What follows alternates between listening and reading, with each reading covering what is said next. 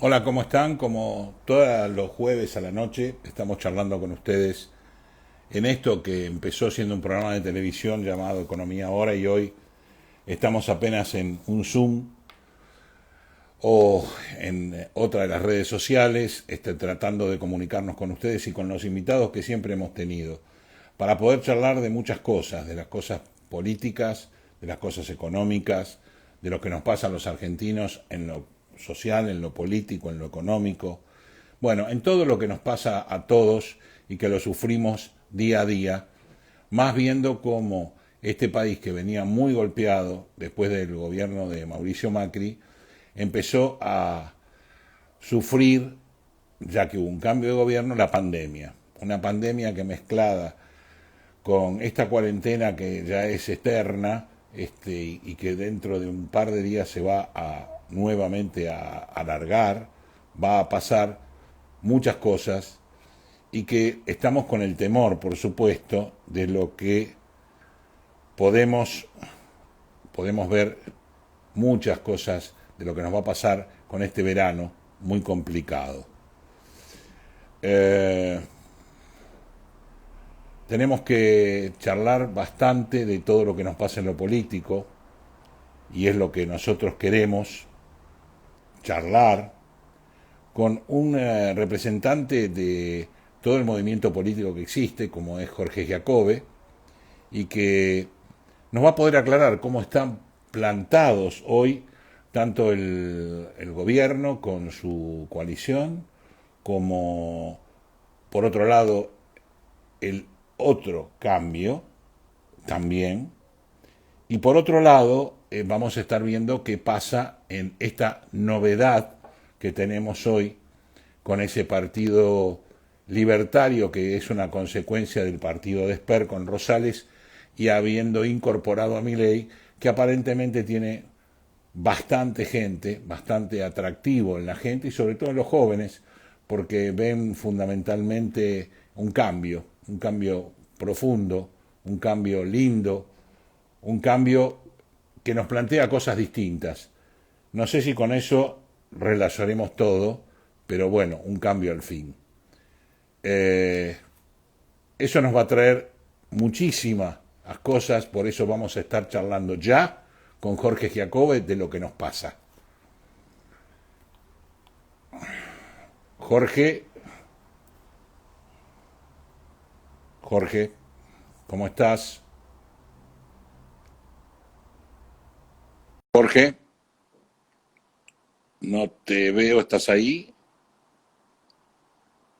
Bueno, podíamos conectarnos, pero aparentemente... Ah, ahora sí. Mi querido amigo Jorge, pensando que estuvimos juntos tantos tiempos, hasta con tu padre, face to face, y ahora tenemos que estar en estas redes sociales, ¿no? ¿Cómo estás vos? Yo estoy muy bien, ¿Tu la verdad que padre? estoy muy bien. ¿Tu padre bien Mi también? viejo está bien.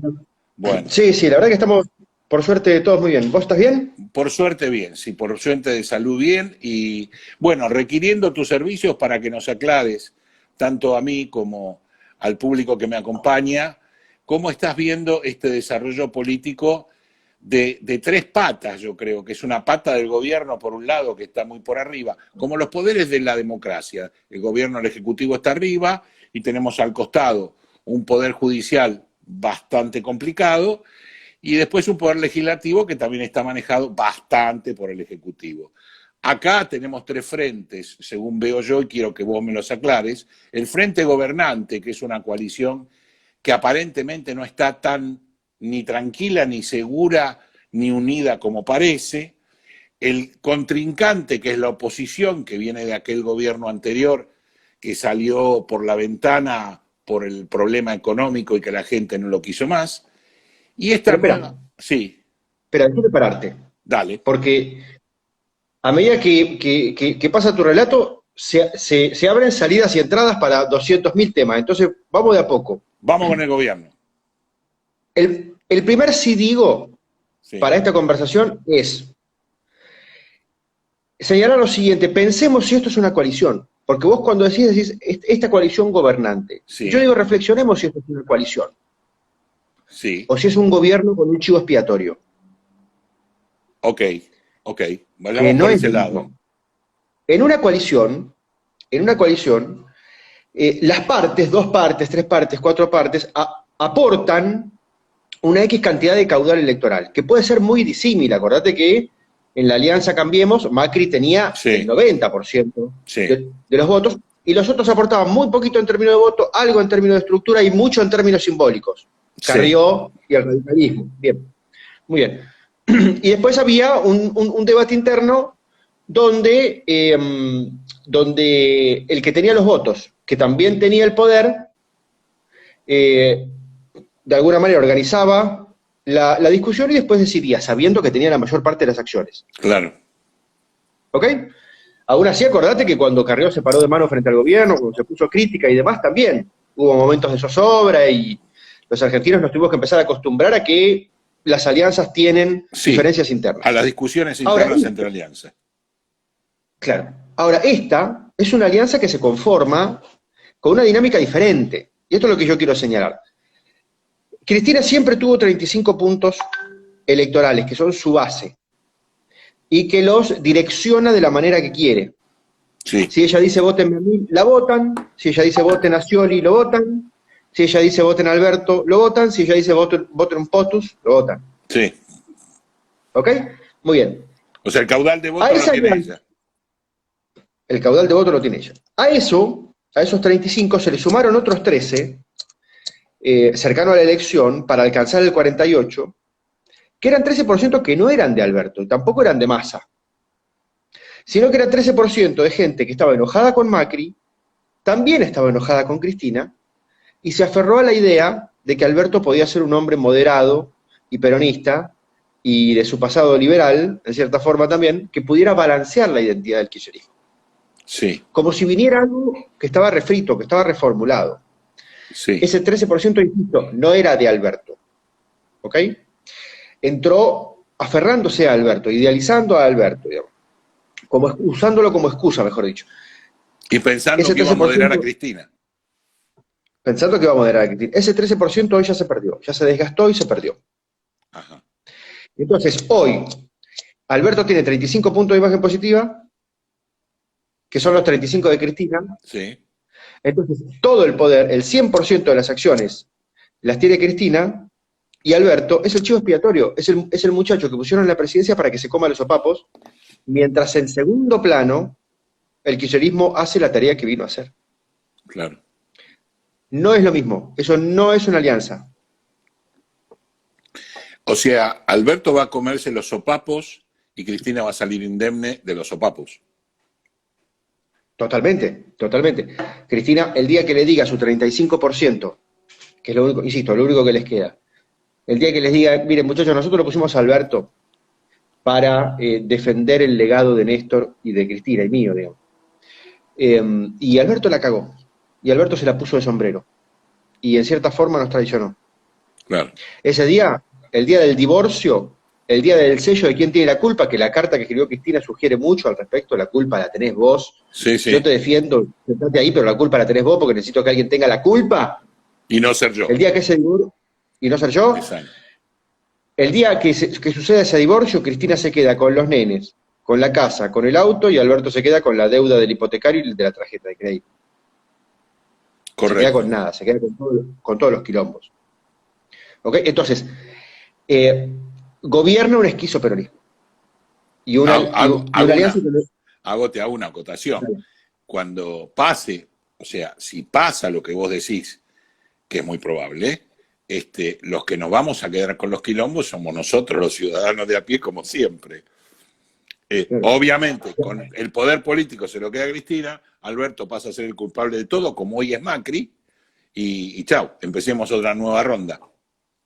Claro, porque ahí hay un buen puente, digamos, de cómo saltar de los problemas del sistema político a los problemas de la gente. Claro. Los argentinos sabemos perfectamente que el poder mora en el sistema político, en particular en el Ejecutivo, que era lo que vos decías en la introducción. Claro. En Estados Unidos todos saben perfectamente que si gana Biden o gana Trump, Estados Unidos siempre tiene un rumbo, que puede cambiar 2 grados a favor o 2 grados a estribor, pero el rumbo es siempre el mismo. No mucho más, sí, claro. Claro. No es, no es que deciden si van para Salto o si van para Mar del Plata, el rumbo siempre es el mismo. Bueno, los argentinos no. Entonces saben que el poder está ahí. Cuando el poder está confuso, siempre se resuelve de una manera traumática y siempre se transita de una manera traumática. Traumática digo, de transitar un trauma.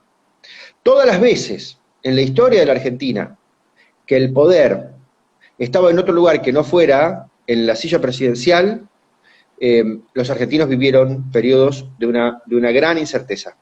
Cuando Cavallo era más importante que los presidentes, cuando Néstor era más importante que Cristina, aun cuando ella era ya presidenta. Sí, claro. ¿Ok? Cuando Cámpora. Pero entonces, digamos, no digo alianza por lo que vos comentaste, de esta unión que hubo, va a quedar una salida airosa que va a ser el kirchnerismo porque la culpa la tuvo Alberto, que es de todos, y los demás van a ser culpables de todo lo que pase.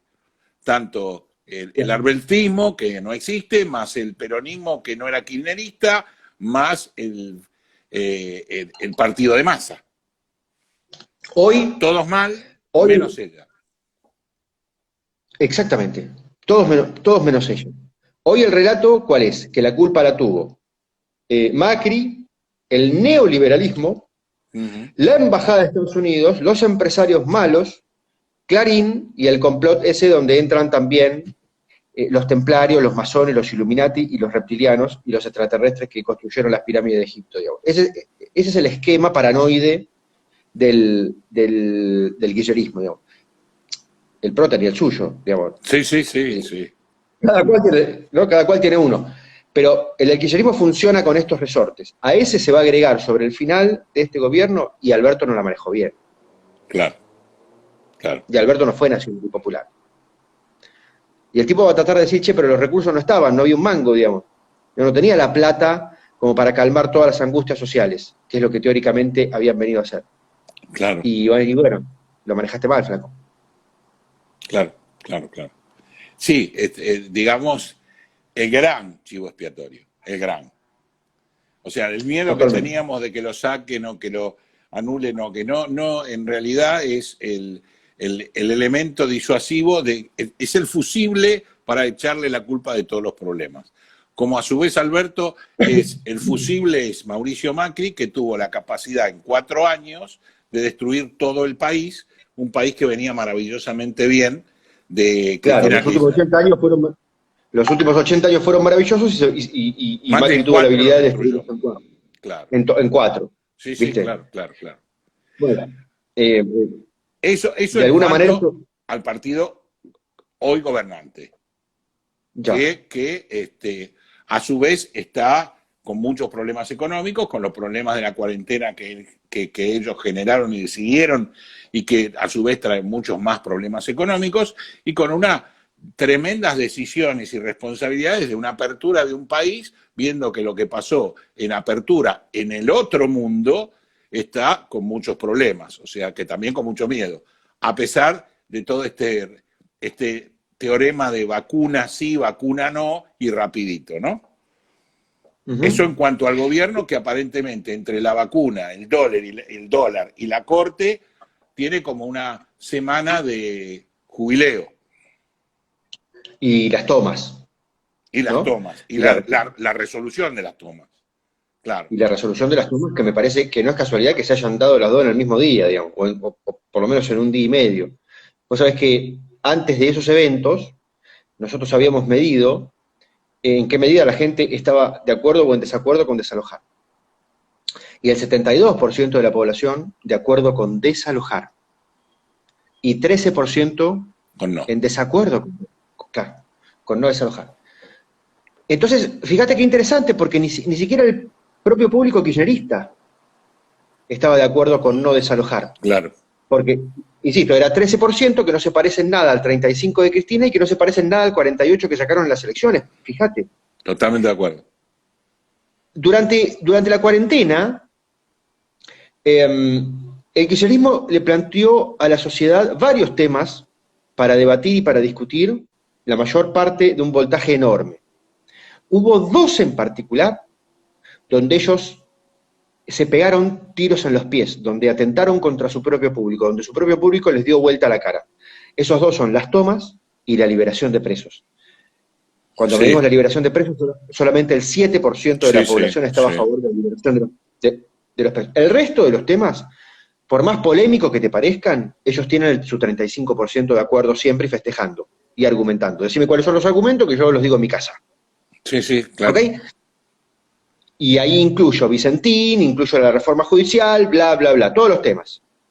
Entonces, además de todos esos problemas que vos bien relatabas, de los económicos, de los políticos y demás, los dos bandos ya están metidos en el clima electoral, empujados por la opinión pública.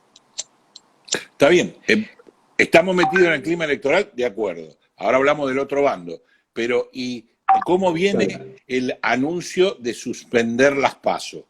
Pedidos por algunos gobernadores y con un silencio por ahora de radio del gobierno central. Mira, algunos especialistas me han dicho a mí que no hay tiempo ni para hacer una reforma, ni para suspender, ni para nada, que la elección tiene que ir como va, como es. Me parece que además si metieran los dedos en ese enchufe, generarían un gran escándalo, y me parece que no resuelve para nada las cosas, porque ¿qué objetivo tendría retrasar las elecciones? No, me imagino que no querrán suspenderlas, digamos, ¿no? Sino que querrían retrasarlas. Retrasarlas pensando que en octubre, cuando se vota, el escenario es peor que ponerla en diciembre. Esperando que una reactivación económica o qué. Cuando ellos mismos saben que el año que viene a lo sumo Argentina se va a recuperar 5 puntos de los 12 que pierde este año. Entonces ellos saben que el año que viene está jugado, que el año que viene va a ser triste, es malo, va a ser lastimoso y va a ser crítico. Hacer las elecciones en octubre o hacerlas en diciembre, me parece que van a pagar un costo que no tiene mayor sentido. Ellos tampoco es que están en cero.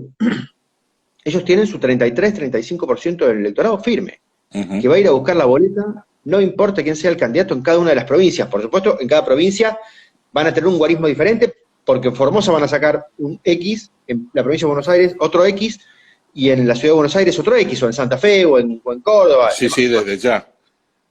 Pero ese 35% es un 35% promedio nacional que no deja de ser un montón. Es lo más sólido que hay siguiendo a una persona, es lo más estímulo-respuesta que hay en todo el paño de la política argentina. Es bien interesante. El problema que tienen, 33, te decía yo, 35, en una esquina del ring, y en la otra esquina del ring ya hay 53-54% de argentinos que quieren que el gobierno pierda las elecciones. Bien. Veremos cuánto se astilla. Veremos cuánto se astilla, ¿no? Y ahora vamos a la otra parte, la otra pata, para tratar de entender a ese 50 y pico %, si es que está encolumnado o no. ¿Cómo ves la otra pata entre la pelea interna con tratando del náufrago Macri de sobresalir y estar algo en política? Por otro lado, los mensajes de Lilita por un lado, que siempre fue crítica y que sigue siendo crítica, y por otro lado, las reuniones que existen entre los, digamos, los sobrevivientes de Juntos por el Cambio, como María Eugenia Vidal y Rodríguez Larreta. Porque el resto es como que ya no hay más nada. Y Patricia Bullrich. Ahora hablamos de esos temas. Pero vos sabés que yo soy un analista de opinión pública antes que un analista político. Entonces, primero te voy a responder... Hablame desde tu análisis de la opinión pública, no de lo interno, sino de lo que la gente percibe. Bien. ¿Por qué? Pero ¿por qué yo lo hago de esta forma? Porque yo creo fervientemente y puedo demostrarlo, que el mercado ordena la oferta. Sí, totalmente. El mercado ordena la oferta de la política. Entonces, si tenemos ya 50 y pico % de gente que quiere que el gobierno pierda las elecciones, lo primero que tenemos que entender es que van a ser las elecciones del 9 o del 13. Es decir, la gente saliendo a buscar lo más potente que hay, no importa quién carajo sea, no importa por qué partido sea, no importa la calidad del candidato, sino que van a ir a buscar una herramienta para pegarle un cachetazo al gobierno nacional. Voto contra. El voto contra. En la provincia de Buenos Aires, en el 2009, para los más jóvenes que nos están viendo, la gente fue a votar a un supermercadista colombiano, que le ganó a Néstor, que era la mayor potencia, un supermercadista colombiano que dijo que tenía un plan, el plan nunca apareció. Sí. Y después el tipo deliró, pensó que podía ser presidente, que podía reformar la Constitución para que él pudiera ser presidente, y la gente le dijo, flaco, yo ya te usé, tomátela, andate a tu casa. Así En es. el 2013 pasó con Massa, que pensó que ganando esa elección ya era presidente, y la gente dijo, flaco, ya te usé. Muy bien, entonces entendamos esto, la gente utiliza a los políticos para la tarea que tiene que ejecutar. Por lo general, ser martillo y pegar. ¡Pum! Muy bien. Ahora, ciertamente, los partidos, entonces, viendo que el mercado ya tiene 54% de gente que quiere, en términos genéricos, algo para ganar al kirchnerismo, van a poner algo en la góndola. En ese sentido, desde Juntos por el Cambio, las tres figuras más potentes en términos de imagen positiva, y también es interesante porque tienen tres estrategias diferentes, son Rodríguez Larreta, Vidal y Bullrich. Que yo diría, las palomas, los halcones y los sujetos tácitos, agrego yo. Los sujetos tácitos son aquellos que argumentan lo siguiente, es interesante este argumento, argumentan lo siguiente. Dicen, si el peronismo y el kirchnerismo quisieron gobernar y les tocó este quilombo, que se hagan cargo ellos. Nosotros no saquemos la cabeza para que nos peguen, no participemos de esta discusión. El problema es todo de ellos. Quisieron todo, acá lo tienen, háganse cargo. Que se coman el desgaste. Y entonces no aparecen o aparecen muy poco. Sujetos tácitos de la política. No está mal. Están ahí. No está mal. Pero no. No está mal como es una forma de verlo. Claro. Claro. Las tres que vas a ver, me parece que no están mal. Entonces, ahí tenés a Vidal y de ahí también lo tenés a Macri. Lo que pasa es que Vidal mide 15 puntos más de imagen positiva que Macri, está cerca de los 40. Bien. Después tenés las palomas, que son aquellos que no pueden evitar estar en el rol público, porque, por ejemplo, están a cargo de un ejecutivo, y entonces lo que deciden es mostrarse afables con el gobierno nacional para no quedar en el lugar, en el posicionamiento mental de la gente como el opositor que puso piedras en el peor momento de la Argentina. Claro. Ahí a quién tenés, a Horacio Rodríguez Larreta. Correcto. ¿Ok? Que también tiene más o menos 37, 40 puntos de imagen positiva y que tiene muy baja la negativa. 25 puntos de negativa. Y después tenés a los halcones, que son los que dicen, no, muchachos, al kirchnerismo no le podés dar ni un centímetro de ventaja. Hay que marcarle la cancha todos los días y hay que salir a redefinir las fronteras de la identidad cada mañana. Ahí hay quien tenés a Patricia Bullrich, que también tiene 40 puntos de imagen positiva, tiene más de negativa, pero tiene 40 puntos de imagen positiva y es, de todo el naufragio que fue el gabinete de Macri, lo único que quedó flotando. Claro. ¿Ok? Porque de todos los ministros es la que quedó como la más valorada, digamos. Entonces tenés tres estrategias diferentes desde la principal oposición. Después podemos revisar las otras, digamos, porque veía ahí que hacías comentarios respecto al liberalismo, pero desde la principal parte de la oposición tenés tres estrategias diferentes, las tres pescan en públicos diferentes, el que quiere salir a matar, el que quiere un poco de tranquilidad y el que quiere decir que se caguen, y me parece que no necesariamente, tres estrategias, tres nombres diferentes, y me parece que no necesariamente una tiene que dominar a las otras. Me parece que tendrían que ir así hasta el final, hasta el 23. Ni siquiera tienen que resolver... Con la mezcla de estrategias. Con la mezcla claro, de estrategias. Con la mezcla... Claro. Para poder empatizar con públicos diferentes. Esto es importante. Cuando vos fusionás a todos en una misma estrategia, todos pescan en la misma laguna, y en definitiva el público tiende a reducirse. Claro. Parece más organizado, parece más soviético el orden interno y todo lo que vos quieras, pero en definitiva te cercena las posibilidades. Si vos armás una línea de pesca con un anzuelo para pejerrey, uno para tararira y otro para boga, bueno, esto es claro, está clarísimo. El cambio hoy, digamos. Ahora, claro, justamente yo por eso te planteaba, vos diste, cuando yo hice la apertura, que vos empezaste a pararme, pues decir, bueno, vanecemos esta cosa y esta cosa, ok. Yo hablaba de los liberales, en función de que yo también pensaba lo que vos dijiste recién, que usamos como público a Alica Alicate, a De Narváez, como vos dijiste, para dar una paliza en su momento a Néstor Kirchner. Yo me estoy teniendo las canas, por eso parezco un poco más joven, digamos. Después usamos a Sergio Massa para terminar con la recontra elección, porque veníamos de Menem con la y dijimos, no, basta, porque tampoco venía bien. Y ahora que se presentan estos tres muchachos, dos ya conocidos con un partido con muchas complicaciones en la elección anterior y con muy poco caudal, pero incorporaron al Rolling Stone, que tiene un atractivo dentro de la juventud muy grande porque es el revolucionario, el que grita, el que armó un personaje muy fuerte en muy poco tiempo, pero que mucha gente que lo potencian para algún puesto ejecutivo no lo ve para un puesto ejecutivo porque no tiene la calma que se necesita tener para un puesto ejecutivo. ¿Cómo la gente percibe eso? Y ahí digo, como Jorge Giacobbe, ¿no lo vamos a usar para el castigo? Bueno, a ver, vuelvo a contestar primero desde la opinión pública hacia el sistema político. Sí, sí, desde ya. Yo te diría, por más que la calidad de las herramientas sean inferiores a la que realmente te gusta, me parece que la herramienta más potente de todas formas va a ser Juntos por el Cambio. Ajá. El liberal va a tener que decidir qué hago, ¿me fugo por una tercera opción que es la que más me gusta?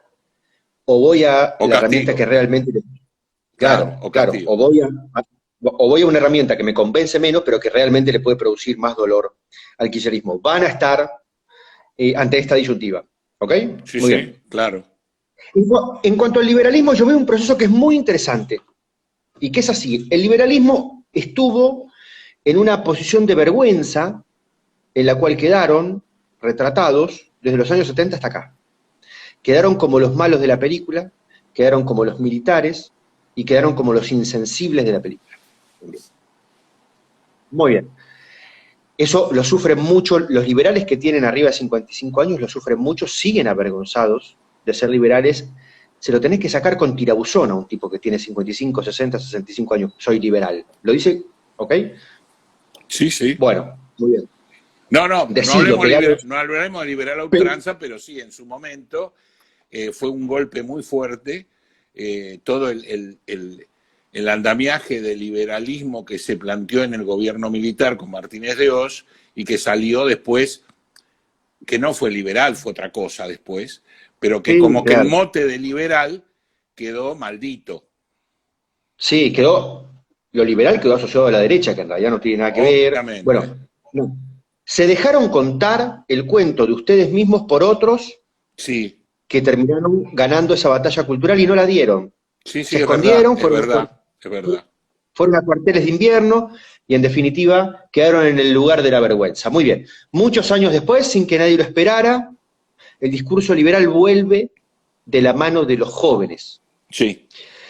Y es el lugar donde está la mayor efervescencia hoy de la política argentina, por donde están entrando los jóvenes, y te hablo de jóvenes de 16, 17, 18, 20, 22 años. Sí. Lo único que está vivo en la política hoy por hoy es el liberalismo. Ahora voy a hablar de la complejidad ahí adentro. Pero lo que quiero decir es, en el 2001, los argentinos, en nuestro enojo sideral, matamos a los partidos, o herimos de muerte a los partidos del siglo pasado, al peronismo y al radicalismo. Ya ningún joven entró ahí. El 2001 produjo dos nuevos emergentes, también de una sociedad nueva. Primero el kirchnerismo, donde los jóvenes entraron, creyendo que venía la centroizquierda y el progresismo, y después el PRO, donde también hubo mucho joven de otro estrato socioeconómico, pero en definitiva, los dos en su advenimiento chuparon juventud, los dos. ¿Okay? Sí, sí. Los dos ya se pusieron viejos. Claro. Hoy el kirchnerismo, los jóvenes del kirchnerismo tienen 35 años, no tienen 20. Y los del PRO también. Te diría que tienen 30, no tienen 20. ¿Dónde están los jóvenes hoy? Salieron a la calle muy conmovidos por un tema particular. Viste que parecía que los jóvenes eran unos estúpidos que estaban con los celulares, que no les importaba nada de la política, de los temas que son de todo, patatín, patatán. Bueno, cuando apareció la discusión por el aborto, salieron a la calle. Esa discusión los convocó y los dejó en la política. Los que fueron a la plaza no son todos. Son solamente los que militan con el cuerpo una parte, el resto también estaba enganchado con la discusión y quedó adentro de la política, interesado. Entraron por un tema y ahora se comen todo. Muy bien. La mayor efervescencia entonces está en todo ese archipiélago de islas muy pequeñitas de discursos relacionados con la libertad. Y digo discursos relacionados con la libertad en sentido muy amplio porque ahí tenés liberales, liberales libertarios, tenés liberales de un discurso estrictamente económico, tenés liberales de derecha, abiertamente de derecha, tenés liberales nacionalistas, tenés liberales peronistas, es decir, hay mucha cosa, son todas, como vos decías, pequeñas partecitas. Sí, es un abanico. Es un abanico muy grande, todos tienen, cada islita tiene un personaje de mucha potencia comunicacional, de mucha potencia pública, un gran jetón, para decirlo más crudamente, tiene una gran vedette, con unos niveles de ego, uno superior que el otro, que son escandalosos, escandalosos, y todavía con una imposibilidad de unirse todos, que es evidente que es manifiesta. Ahora nos empieza a parecer raro que dos partecitas se unan. Claro. ¿Ok? Pero eso te habla de que falta mucho todavía por unir. Yo no lo espero que lo hagan ahora, sinceramente. Yo celebro que todo el liberalismo vuelva a la política para sentarse a la mesa, no porque yo adhiera personalmente con el liberalismo, eso no importa. No, si no, lo hago no, o no. no, claro. No, Vos para querés que que participen en la mesa. se tamice con Claro. todas las opiniones como para unir la cosa, no para que cada ego sea una vertiente distinta. El arco político tiene que estar todo en la mesa. No puede haber sillas vacías. De la izquierda a la derecha. Eso deberían aprenderlo de la izquierda. Bueno, y del estatismo al liberalismo, si querés. Uh-huh. Todos tienen que estar en la mesa para todos venir y aportar sus ideas. ¿Ok? Bien. Ahora, el liberalismo entra, que es la buena noticia. La mala noticia es que va a tardar un tiempo en aprender cómo es este juego. Uh-huh. Todos van a seguir con sus vedetismos. No, yo voy con mi partidito, a lo sumo rasco el 1,5 para pasar las pasos. Y entonces todos tienen que fiscalizar la elección, todos tienen que imprimir la boleta, hacer el esfuerzo, no pueden juntar a los militantes, se andan peleando entre sí, se dicen cosas en Twitter. Una cosa muy, digamos, de dinámica de cabaret. Y cuando se empiecen a cansar de hacer todos el mismo esfuerzo a la vez, entonces no va a quedar otra que unirse. Claro. Y van a zanjar un poco las diferencias, ¿ok? Pero eso es parte de la experiencia, es parte del aprendizaje. Va a venir, me parece, si son inteligentes, eso va a venir para próximas elecciones. Si son como la izquierda, no. Hace 150 años que tienen 25 facciones, claro, no tiene ningún sentido. Ahora, vos fíjate qué interesante esto, último que voy a decir respecto al liberalismo. Juntos por el Cambio es la herramienta para pegar al kirchnerismo. Sí. Ahora, ¿cuál es el discurso de Juntos por el Cambio? El liberalismo está todo atomizado y tiene muy poquitos votos, pero tienen un discurso.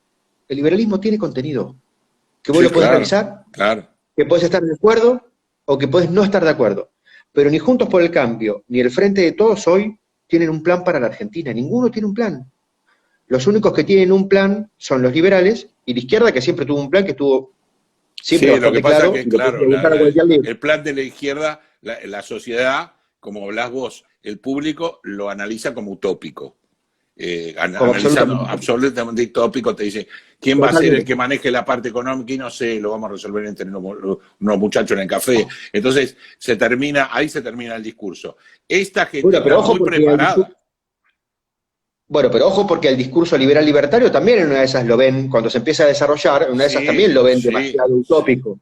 Al libertario en particular. Sí. Sí, como extremo seguro lo van a ver utópico. Claro. En algunos aspectos se va a ver utópico, pero como vos decís, lo que nos está faltando hoy en Argentina, y nos faltó en el gobierno pasado, y nos faltó en los gobiernos pasados, es un plan que nos diga dónde querés instalar Argentina y cómo. Porque hasta ahora el plan, todos decían, plan, quiero mejorar los jubilados. ¿Quién no lo va a querer? Quiero que la salud sea buena. ¿Quién no lo va a querer? Pero el problema es cuando vos empezás a preguntarlos cómo, no existen cómo. Estos muchachos tienen un plan y tienen por lo menos una proa. Pero como vos decís, hay parte de utopía dentro de esa proa también. Mm. Y Las hay dos mucho grandes ego. partes. Y hay mucho ego. No, hay un ego desmesurado, pero también es natural, digamos. Y también es lógico que las figuras que tienen mucho ego hoy se desgasten en el camino de abrir camino, valga la redundancia, y que después los jóvenes que vienen atrás de ellos aprendan un poco de la experiencia y hagan otra cosa. Y yo También creo que hay un tránsito del aprendizaje donde te tenés que mandar las cagadas que te tenés que mandar como en la vida. y sí, claro, claro. Es parte de la vida. Ahora, claro, volviendo a lo anterior, las dos principales facciones que hay en la política que tienen el mayor caudal de los votos, lo único que te dicen es, eh, la gente tiene que ser feliz. ¿Cómo? No, ni idea. No, La ni culpa la tiene hablar, el otro. claro, claro. Entonces están vendiendo espejos de colores. Están vendiendo espejos de colores. ¿Quién dice, muchachos, hay que achicar el Estado? Porque el impacto de achicar el Estado es esto, el impacto positivo y el impacto negativo en términos de dolor social que tenés que producir es el liberalismo. Sí, sí, Después te gusta o no te gusta, insisto, pero es el liberalismo. obviamente.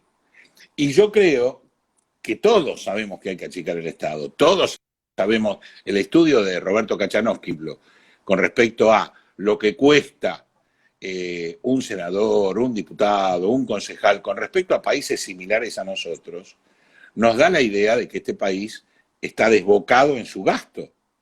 Es obvio.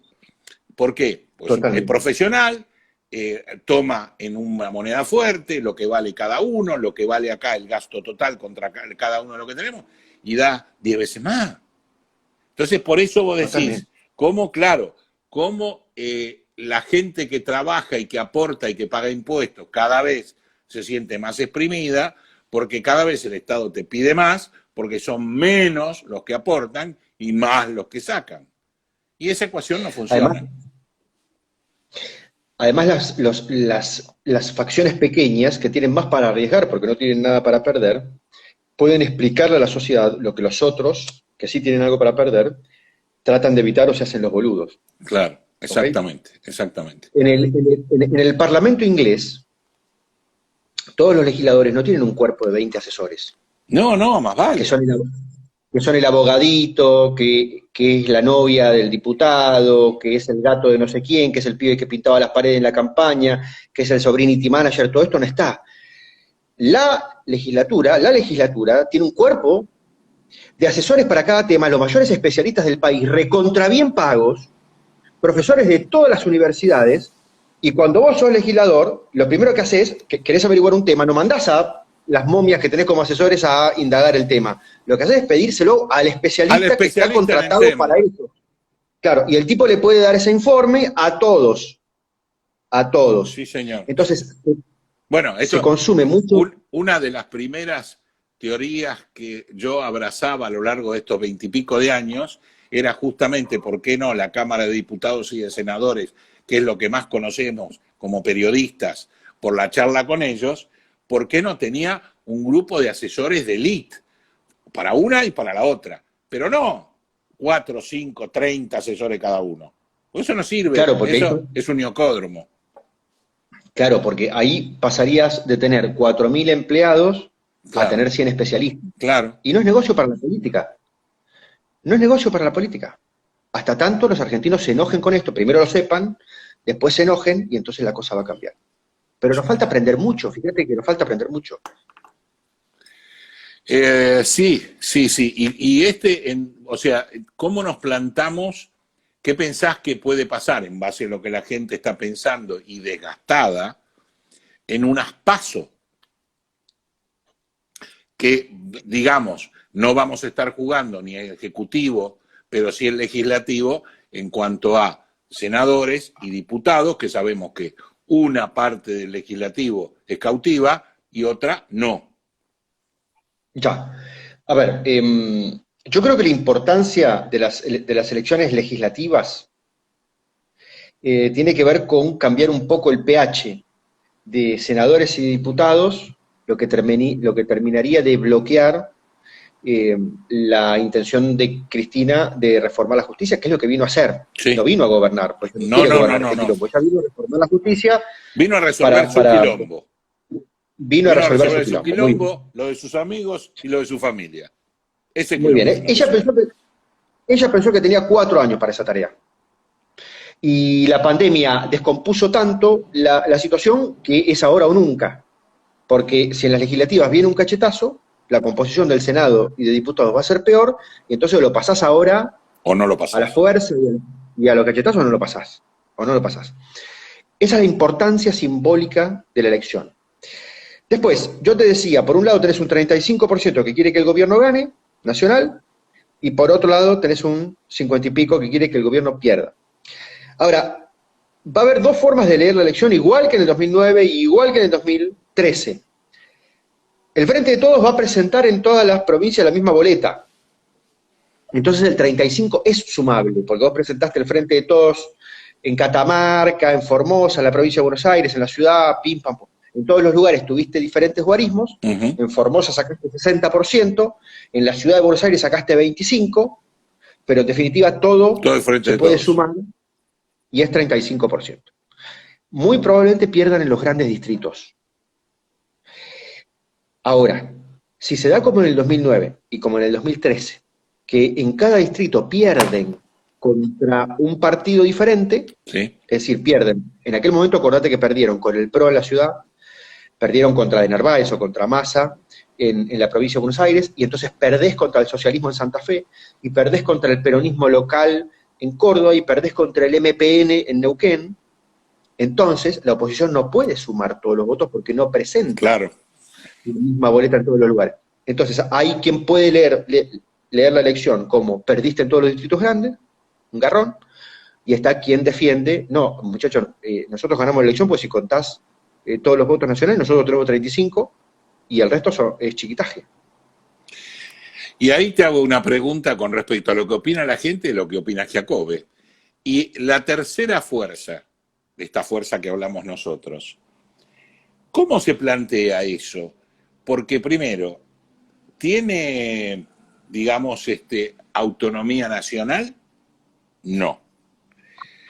No. Debería concentrarse donde está el grupo de poder, pero que no va a cambiar absolutamente la legislación o el poder legislativo de cuajo.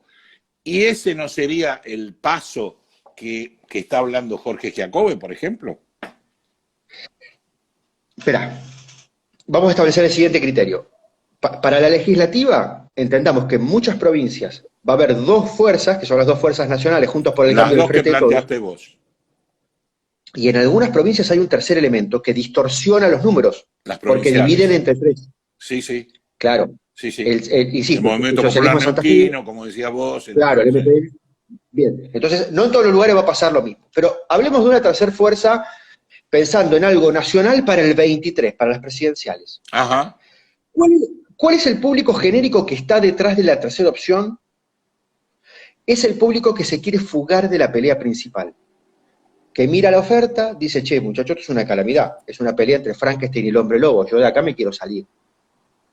Y entonces eligen un tercero. Y termina viendo un tercero que no importa cómo se llame, mide 10 puntos, mide 12 puntos, 15, 20 en algún momento. Sí. Por lo general, y sobre todo en las legislativas, se utiliza como tercer elemento alguien honesto, para meterlo en el Congreso, en diputados o en senadores y ladrarle al poder. Es el voto Margarita Stolbizer. De Claro. gente que dice, che, ¿sabes qué? Yo con este quilombo de país, entre Frankenstein y el hombre lobo, no tengo nada que ver porque yo la voté a Margarita. Es una forma de fugarse. Es una forma de desprenderse de la responsabilidad de ser ciudadano argentino también. Bueno, pero también el público, la gente, está repodrida a la lista sábana, porque nos estamos descubriendo que en base a la lista sábana entra el Topollillo y Frankenstein. Pero vos no votaste, vos votaste a Margarita. Pero atrás de Margarita, ya en el puesto 16, está Frankenstein, está el Topollillo, está cualquiera. Sí, a Margarita le ha pasado que Frankenstein estaba en el puesto 16 y en el puesto 2 también. No, dije 16 en general, pero sí puede estar en el 2, en el 3 o en el 4, porque vos votamos la cabecera. Cosa que se debería cambiar. Ahora, pero espera, déjame explicar este proceso. Hace ya varias elecciones, muchas elecciones, que ese proceso de un tercero de 20 puntos, de un tercero de 15, se descompuso. y se polarizaron las elecciones muy por arriba del 70% de los votos. Nosotros, los analistas de política, hablamos de que una elección se polariza cuando entre las dos primeras opciones hay 70% de los votos. Eso es una polarización. ¿Okay? En las últimas elecciones hubo 80 y 90% de polarización. Claro. Entonces, si no, en la última presidencial, 90%. Si 90% se lo morfan los dos primeros, imagínate cuánto se reparte el resto. Nada. Nada, no tiene, claro, carece absolutamente de sentido, excepto para poner la voz y para hacer la campaña y para decir algo, pero después, ¿no? En la realidad, la elección, nada. Muy bien, ahora, también esto hay que decirlo. Una parte enorme de la gente que entra en la polarización sabe que es una pelea entre Frankenstein y el hombre lobo, pero no se puede resistir. Porque es horrorizante y atractivo a la vez. Como todo lo horrorizante, es atractivo a la vez. No podés dejar de mirarlo. Te lleva puesto. Es el espíritu del momento. Es como si yo te dijera que en la Primera Guerra Mundial, entre medio de las dos trincheras, todo el mundo mirando las dos facciones, cómo están peleando a ver quién se queda con el dominio mundial, vos te pones en el medio de las dos trincheras como una margarita y decís, miren muchachos, yo quiero hablar de otra cosa. Y claro, te van a pasar por arriba. Claro. Y nadie te va a dar bola. Estás fuera de la discusión, estás fuera de... Bueno, entonces todos los que tratan, en un escenario de tanta polarización, todos los que tratan de abrir palo nuevo, como en las cartas, la gente los mira y dice, pero vos en qué frecuencia estás, boludo, si esto es Boca River. ¿Qué aparece como una pelota de ping-pong? Claro. Eso es lo que le pasa, eso es lo que le está pasando al sistema político y a la opinión pública, que se vea, insisto en esta idea, que se vea atraído. Volvamos el liberal de formación liberal va a tener que decidir, tengo 8 propuestas de diferentes tipos de liberalismo. No sé si ninguna de ellas va a llegar al 1,5. ¿Qué hago? Elijo una de esas que es la que a mí me place, o me siento que estoy tirando el voto a la mierda, y entonces me voy a votar a una herramienta que castiga a la otra, digamos, a Tommy Jerry, ¿viste? Sí, claro. Vos tenés, palpás a la sociedad. ¿Vos notás a la sociedad con algún cambio en función de esta grieta que cada vez crece más, que dijimos que se iba a venir a cambiar, tanto Mauricio Macri cuando en su momento dijo que él venía a tratar de no unir esa grieta, o Alberto que también dijo que él venía a anular la grieta, pero veo que nadie la quiere anular, todos la aprovechan y cada vez tiran más leña al fuego y un poquito más de nafta. Pero escuchame una cosa. Por lo que vos dijiste. Sí, claro, pero es absolutamente lógico. Si vos y yo tuviéramos empresas con un producto que compiten en el mismo mercado, que competimos en la góndola de las aguas minerales, tu marca y mi marca, y si entre nosotros dos pudiéramos ficcionalizar una pelea que generara un gran quilombo y que capturara el 90% del mercado, no importa si vos te quedás con la mitad, o si nos dividimos 60-40 o 70-30, es un negocio para los dos. Es un negocio para los dos, sí, claro. Claro, y la gente sigue entrando en ese sistema. Entonces, me parece que vos me estás preguntando a ver si hay un cambio positivo y yo te tengo que decir que no. Hay cambios negativos. Hay cambios negativos. Y primero quiero decir esto. La grieta no es un invento argentino, ni tampoco es una característica de este momento. La grieta, es decir, el sistema dicotómico de pensar las cosas en términos de blancos y negros, de Bocas y River, de buenos y malos, es un sistema que describe el pensamiento humano desde siempre. Las cosas que son muy difíciles, los temas que son muy difíciles y que no son nuestro laburo, o que no son nuestro hobby, o nuestro tema de particular interés, que tenés 1 o 2 en la vida, esos temas que vos te ves obligado a abordar, pero que son muy complejos, para ahorrar energía mental y no entrarle a toda la complejidad de la cuestión, lo que hacemos es reducirlos en términos de decirme quiénes son los buenos y quiénes son los malos y a la puta que lo parió. Sí, ¿Okay? Claro. Y si yo pertenezco a un colectivo social, muchachos, díganme, resuélvanme el quilombo, denme los argumentos con los cuales yo tengo que salir a combatir a los otros, cómo tengo que contraargumentar y chao. Claro. Y se resuelve más o menos así. Entonces, la forma dicotómica de pensar no es una característica de este momento, ni de la Argentina, es del ser humano. Ahora, a la hora de ejercer diferencias por pares de opuestos, hay sociedades que las discuten con mayor aplomo, con mayor adultez, con mayor madurez, y hay otros que somos más infantiles. Los estadounidenses, decíamos antes, tienen ahí 2 candidatos a presidente que se escupen los ojos cuando hacen los debates, que se putean, pero todos saben que no hay mucha diferencia entre uno y otro. En cambio, los argentinos debatimos con otro nivel de crueldad.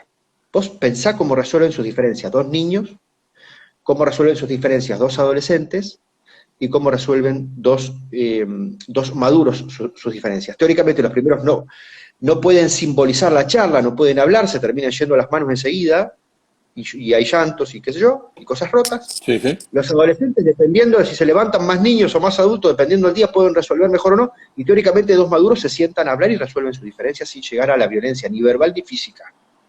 Generalmente. Bueno, pensá dónde estamos los argentinos a la hora de resolver nuestras diferencias. Yo creo que somos todavía Niños. muy infantiles. Claro.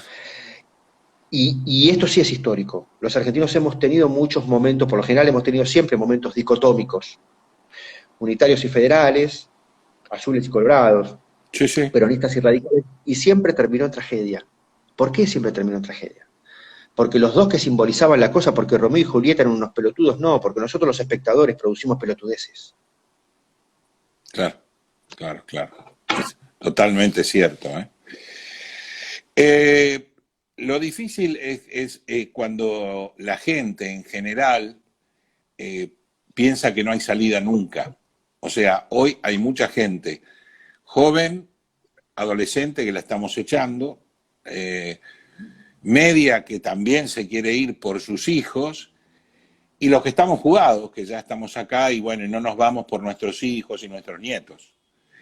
Pero mucha de la gente dice esto no tiene arreglo.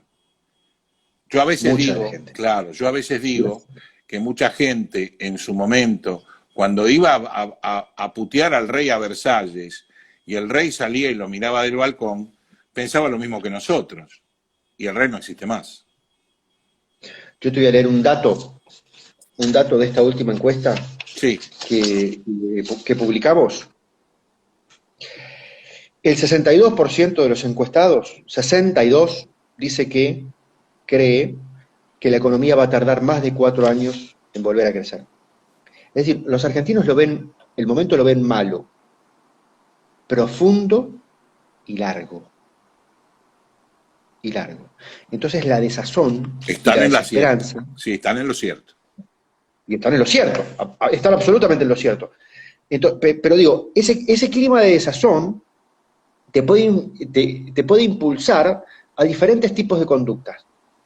Está el que se va, que estamos perdiendo lo mejor del recurso humano. Ninguna duda. Ok. Está el que se deprime y nunca más se va a levantar. Las crisis como esta y como la del 2001 dejan gente hecha mierda en términos psicológicos, no solo en términos económicos. La cantidad de divorcios, la cantidad de amistades rotas, la cantidad de empresas disueltas, la cantidad de conflicto que nadie puede ni quiere medir, ¿okay? Consumo de ansiolíticos, sí. Bueno, suicidio, dejan un saldo asqueroso. Te puede conducir hacia la depresión, probablemente no te levantes nunca más. Y a otra parte de la sociedad la conduce hacia la crítica, hacia ponerse críticos. Y yo creo que los críticos somos los optimistas.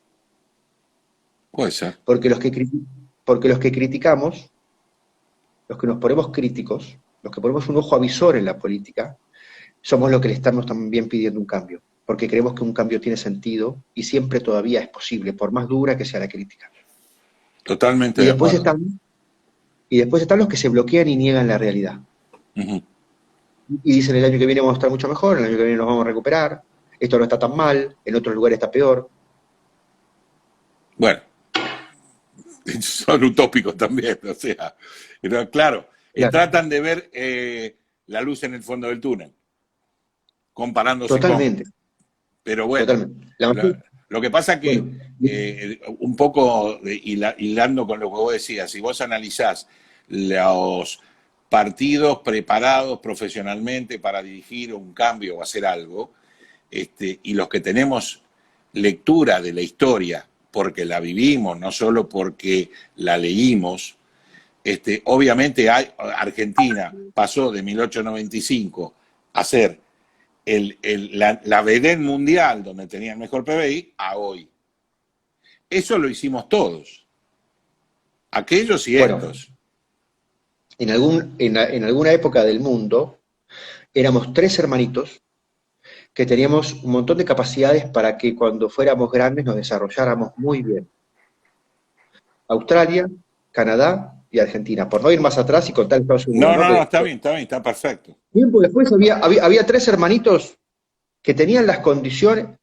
Ahora, en el periodo de la adolescencia, esos 3 hermanitos tenían que hacer algo por sí mismos, porque las condiciones que se le habían dado las tenían que potenciar. Muy bien, 2 hermanitos se pusieron a laburar y nosotros nos dedicamos a la joda y a la merca y a la vagancia y la cagamos. Y ahí están Australia y Canadá. Y acá estamos nosotros.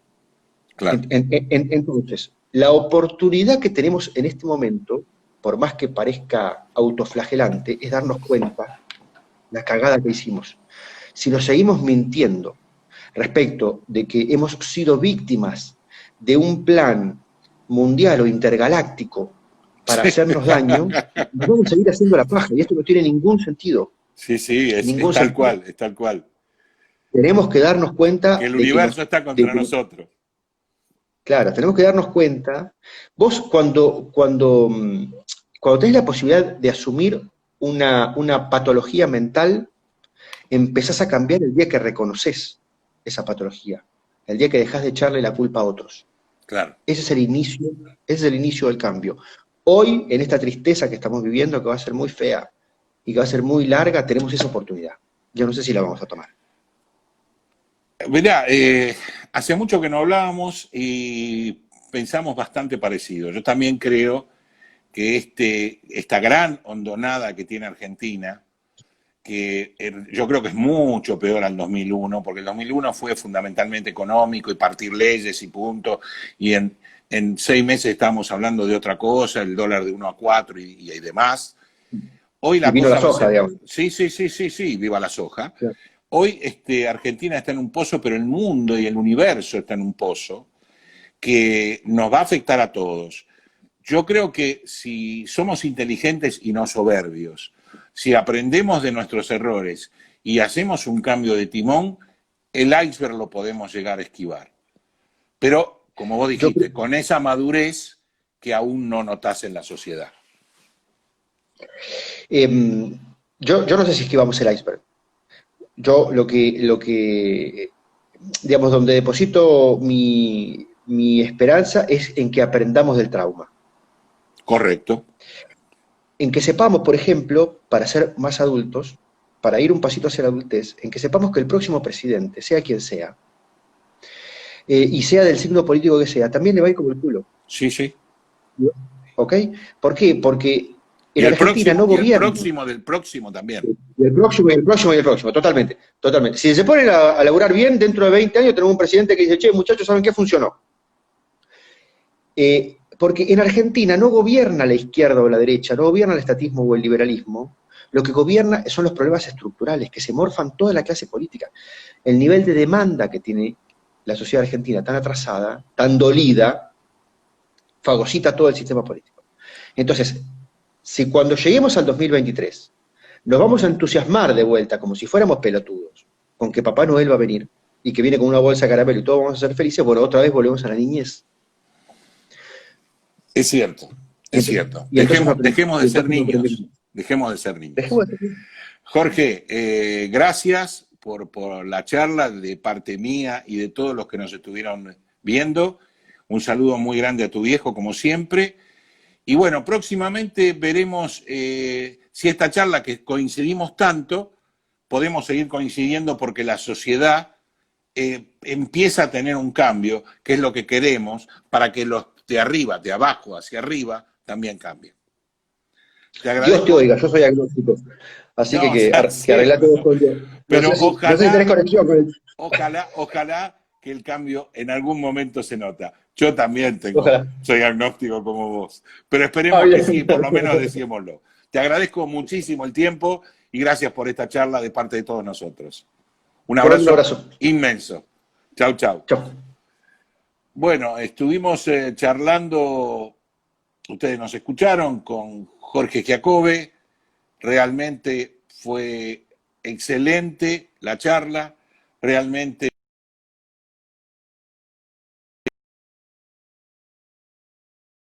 lo que la gente piensa y por eso lo opina, y el padre también, por supuesto, y tienen una consultora espectacular.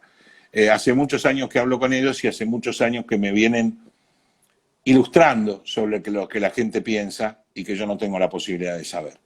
Bueno, esto fue todo por hoy, en una economía ahora de una semana más, en esta pandemia y con la red social para que ustedes y yo estemos unidos, al menos visualmente.